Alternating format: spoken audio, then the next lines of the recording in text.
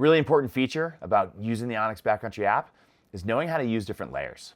If I go down to the bottom right corner of my app and go ahead and click the layers function, it allows me to select from three options.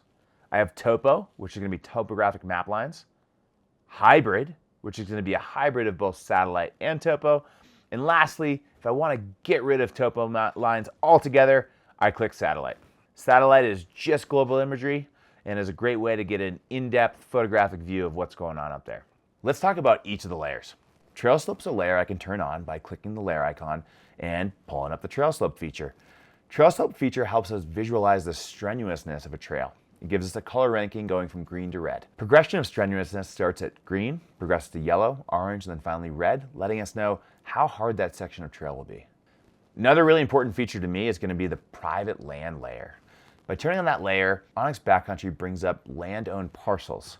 In other words, usually land that's not owned by the government or open space and parks, right? Areas where I'm going to be recreating. By turning on the private land feature, it lets me know where the private property is and tells me that I should probably avoid it.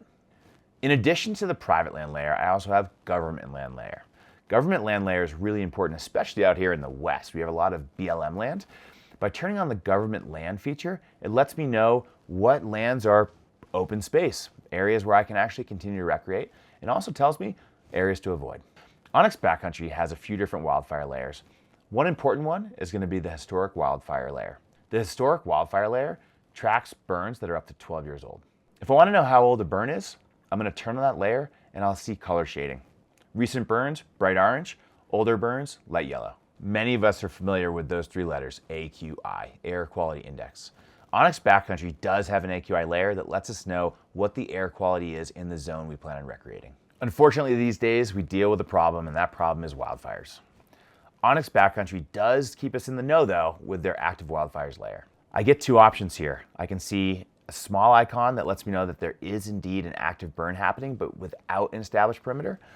And of course, a bigger icon with a circle around it lets me know that there is an active wildfire with an established perimeter. This information comes from the National Interagency Fire Center and is pretty up to date. Another layer that's quite important is going to be the Wildfire Smoke layer. Wildfire Smoke lets me know where smoke is drifting from recent burns and lets me know if it's safe to recreate outside. I just summarized 7 great layers to be used year-round. We covered trail slope, private land, government land, historic wildfires, air quality index, active wildfires, and wildfire smoke. If you keep scrolling, you're going to see 7 more layers. These layers all pertain to traveling in avalanche conditions and avalanche terrain. The layers found in snow mode are super valuable to making decisions in avalanche terrain. If you're interested in learning more, go ahead and check out the other videos on onX Backcountry's YouTube channel.